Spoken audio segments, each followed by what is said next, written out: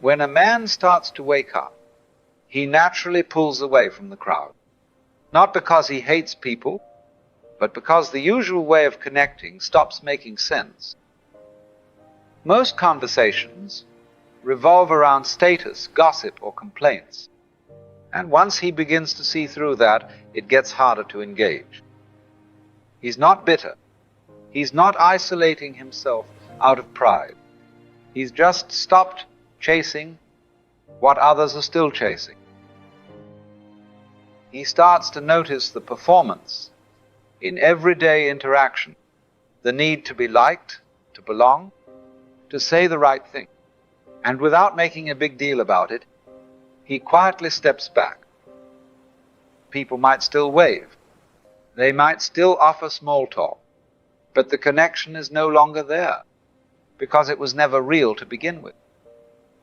He didn't cut ties, he didn't burn bridges. He simply stopped pretending. And when he does that, distance happens on its own. This is the beginning of solitude, not loneliness, just space between who he used to be and who he's becoming. He starts to see clearly what holds people together isn't real. It's not depth, it's not truth. It's habit, comfort, and shared illusions. People bond over complaining about their jobs, over chasing status, over defending ideas they've never truly questioned. He used to do the same. He used to think that was connection. But now it feels more like noise. He notices how often people speak, just to avoid silence. How much energy goes into keeping up appearances. The constant need for validation, for agreement, for reassurance. And once he no longer needs those things himself, he sees how dependent others are on them.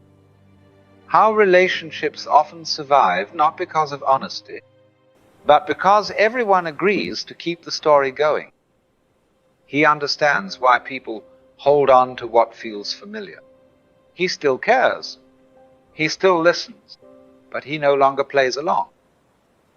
That shift, subtle as it is, creates distance all on its own.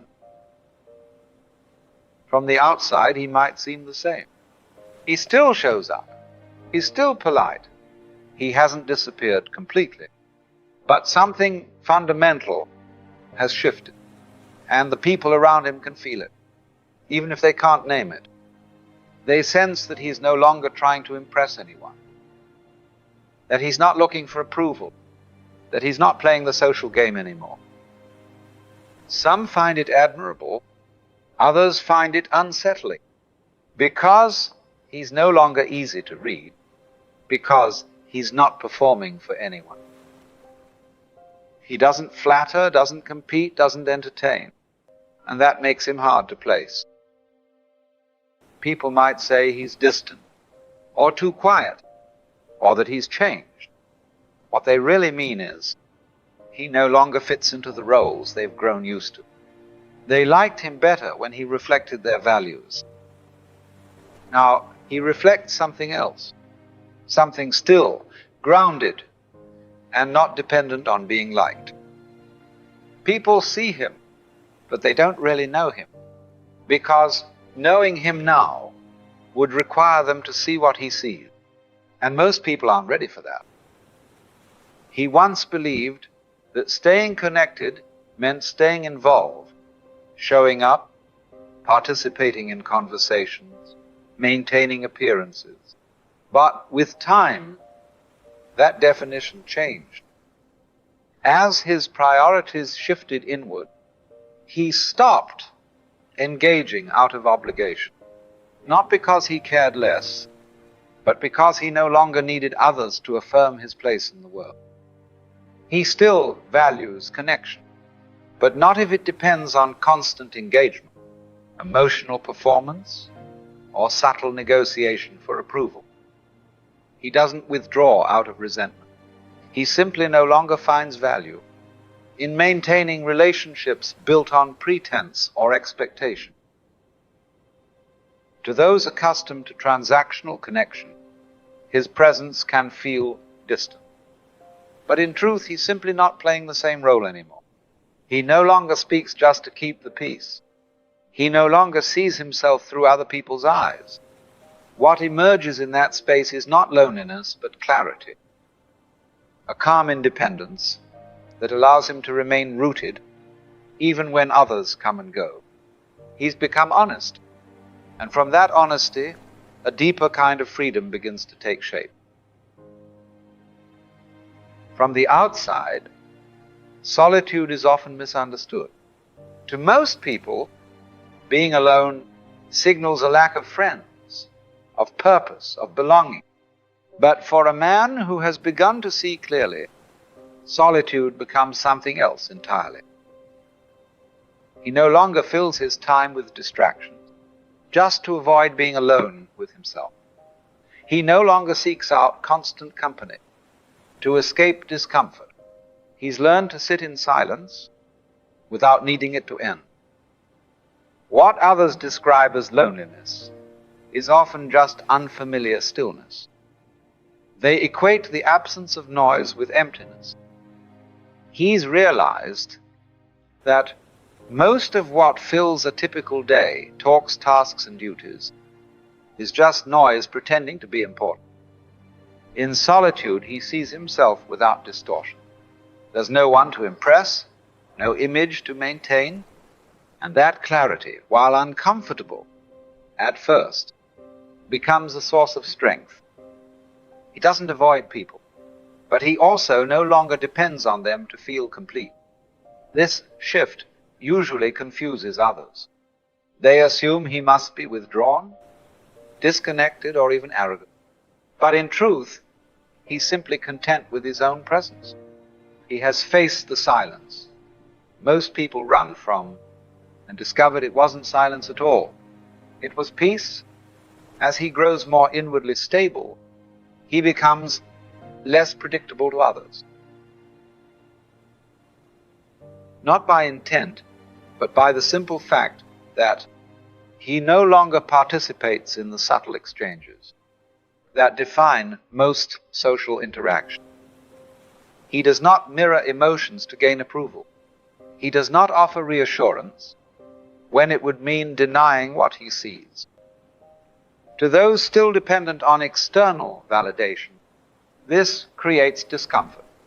They may interpret his neutrality as arrogance, his silence as judgment, his detachment as disinterest. In reality, he is none of those things. He's simply no longer invested in managing perception.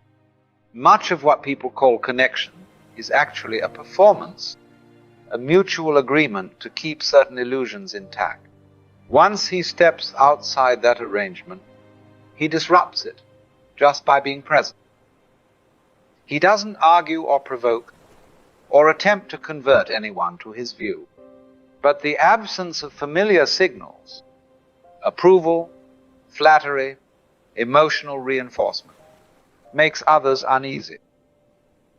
Many of his previous friendships begin to fade, not because of conflict, but because the foundation they stood on no longer holds.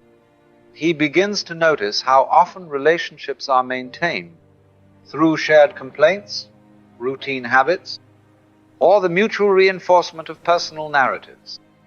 Once he no longer participates in those patterns, the connection weakens on its own.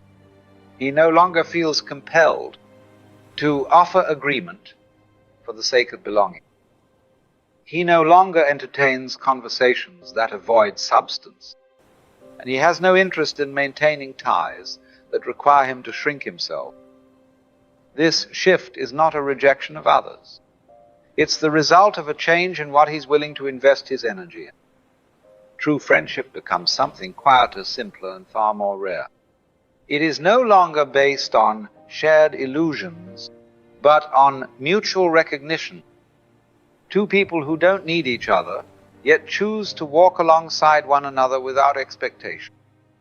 These kinds of connections cannot be manufactured.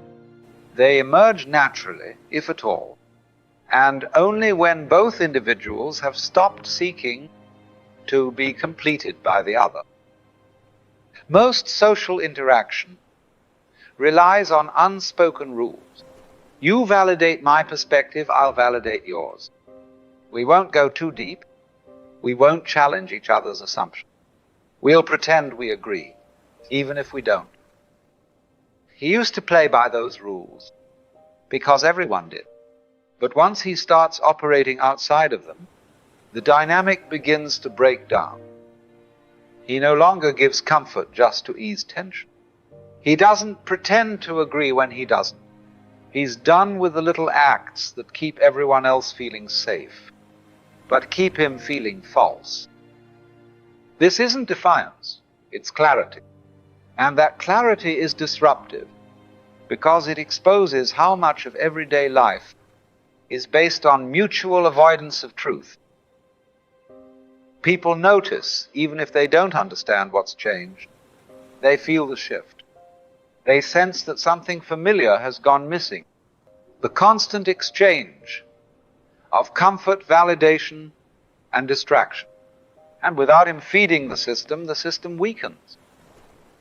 Talks start to feel awkward. People stop reaching out as much. What used to feel warm and familiar now feels tense and uneasy. Not because he did something wrong, but because he stopped playing along. He hasn't rejected anyone. He simply stopped reinforcing a structure he no longer believes in. As his understanding deepens, something unexpected happens. He begins to need less, not just materially, but emotionally, socially, even intellectually. He no longer seeks recognition. He no longer relies on others to confirm what he already knows internally. And as that need dissolves, so do many of the relationships that once required it. This is the paradox. The clearer he becomes, the quieter his life becomes. Not because he's closed off, but because so much of what once filled his time was rooted in a search for external affirmation. Without that search, most social activity feels optional, if not unnecessary. He stops trying to be understood. He stops needing to explain. He no longer measures his presence by how much space he takes up in other people's lives. From the outside, this might look like withdrawal, but inside it's the opposite, a settling into something solid and real. He still values connection, but only when it emerges naturally, without demand or performance. He hasn't become cold. He is simply no longer dependent. And in that detachment, there's a kind of depth that can't be found through attachment. Once he wakes up, he can't unsee what he sees. He looks inward, and the noise quiets. He looks outward, and the world is still asleep. He sees the false certainty in people's eyes, the roles they perform, the beliefs they never question, the constant movement that masks an inner stillness they haven't touched. He no longer envies what others call connection, because he understands the cost it often demands: agreement, performance, conformity, and he won't trade truth for the comfort of fitting in. Still, there's a part of him that remembers, a part that quietly hopes, not for crowds, not for company, but for someone awake, someone who has seen what he's seen, felt what he's felt, someone who doesn't need him to be smaller, quieter, or more agreeable in order to feel safe. That kind of meeting is rare. It can't be forced, and he would rather wait in silence than pretend in conversation. So he walks alone, not because he enjoys being apart, but because in a world still dreaming, authenticity is more valuable than acceptance. At some point, the solitude stops feeling unusual. It becomes normal, not empty, just quiet. He no longer interprets distance as a problem to solve. He sees it for what it is, the natural result of no longer pretending. While others surround themselves with noise, he has learned to live in stillness. While many chase attention, he moves without asking to be seen. People often assume he must feel lonely, as if company, any company, is always better than walking alone. But they confuse isolation with absence. He is not absent. He is simply no longer performing. He has come to prefer the space that honesty creates over the closeness that illusion demands. This is the final shift. He doesn't need the world to wake up for him to feel whole. He doesn't need agreement to feel clear. And he doesn't need validation to know who he is. He walks alone, yes, but not as an outsider. As a man at peace with the cost of truth,